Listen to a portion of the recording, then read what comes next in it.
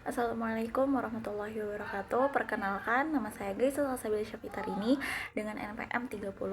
Di sini saya membuat tugas video untuk memenuhi tugas mata kuliah kesehatan mental yang diampu oleh Ibu Magdalena Hanum dan yang diasistensi oleh Kak Ferry Firmansyah. Baik, di sini saya akan membahas tentang kesehatan mental dalam pernikahan dan keluarga.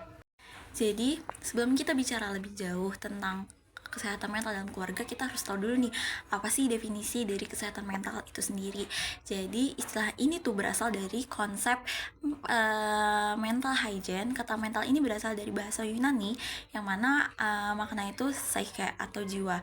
Jadi, kesehatan mental adalah usaha kita untuk memaksimalkan kemampuan dan potensi diri agar kita merasa terus bahagia dan terhindar dari gangguan pikiran dan segala-galanya.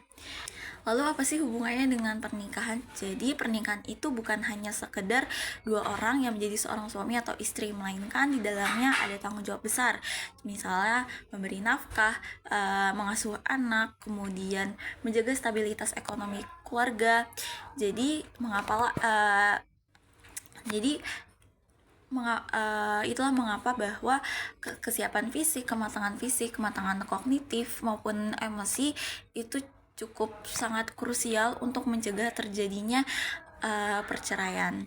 Jadi dalam perjalanan pernikahan atau keluarga pun, kesehatan mental dalam rumah ini sangat dipengaruhi oleh beberapa banyak faktor. Utamanya adalah penyesuaian diri antara pasangan untuk menuntut kita agar lebih terbuka dan lebih toleransi. Kemudian kedua, soal pengasuhan. Jadi soal pengasuhan dan komunikasi ini adalah karena tempat pertama anak atau seseorang belajar berperilaku. Jadi biasanya anak ini adalah peniru ulung dari apa yang ia lihat. Misalnya kita sebagai orang tua harus mencontohkan yang baik.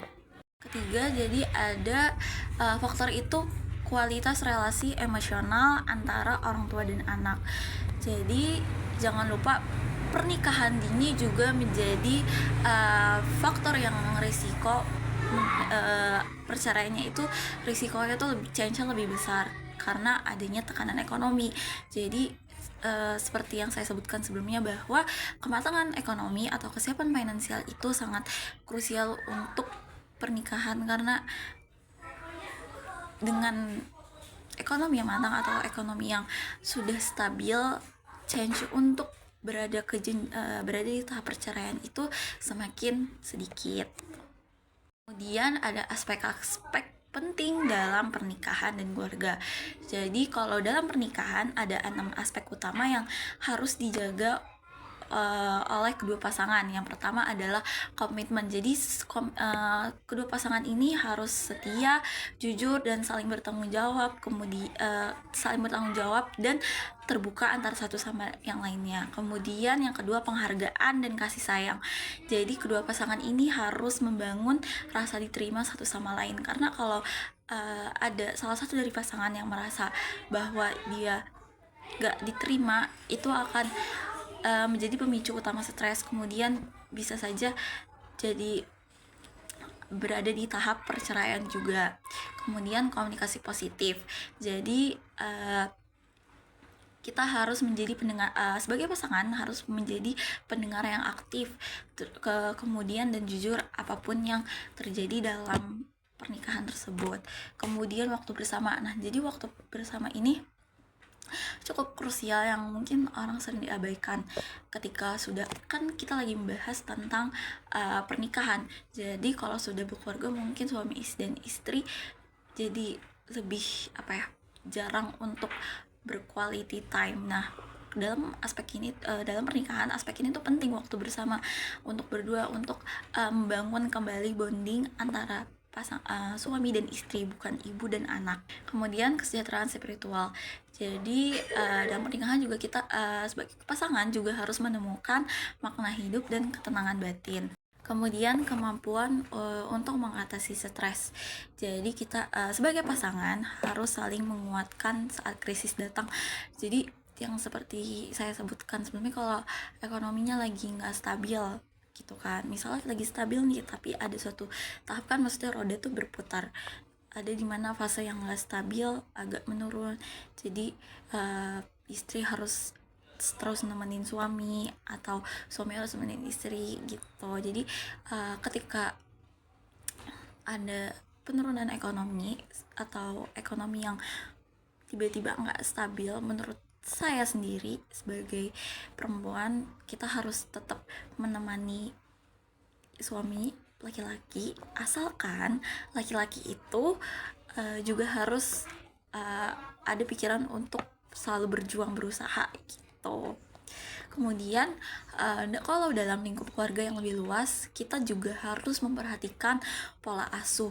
Sebenarnya pola asuh ini tuh untuk jadi kita disarankan untuk pisah rumah pasangan suami istri dan keluarga orang tuanya gitu kan, karena setiap ibu, walaupun kita dari lahir dari orang tua kita, tapi kan pola asuh itu tiap berkembangnya zaman kan berbeda. Jadi itu pola asuh tuh kalau bisa satu aja dari ibunya. Jadi orang tua misalnya dari nenek, kakek tuh nggak perlu untuk nambahin cara pola asuh, tapi harus ikutin pola asuh yang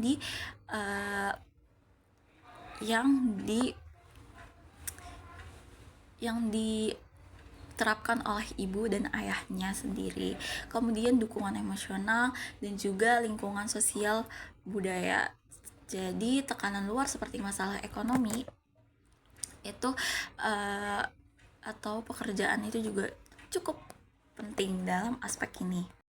Kemudian kita sekarang belajar dari kasus nyata, studi kasusnya. Kalau disebutkan mungkin bukan disebutkan, kalau ditanya seberapa fatal sih kalau kasus kesehatan mental ini diabaikan. Jadi kita lihat dari kasus Pilus di Subang, Jawa Barat. Jadi seorang anak berinisial MR ditemukan tewas setelah ditenggelamkan oleh ibunya sendiri.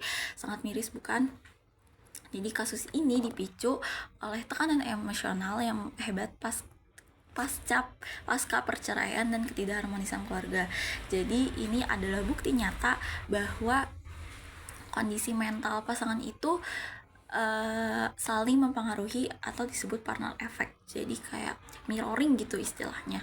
Jadi ketika satu anggota keluarga mengalami gangguan mental atau tekanan emosional tanpa dukungan psikologis yang baik, jadi seluruh sistem keluarga itu juga bisa ikut hancur atau terikut arusnya. Baik, sekian itu saja dari saya, kurang lebihnya mohon maaf. Wabillahi taufiq wal hidayah. Wassalamualaikum warahmatullahi wabarakatuh.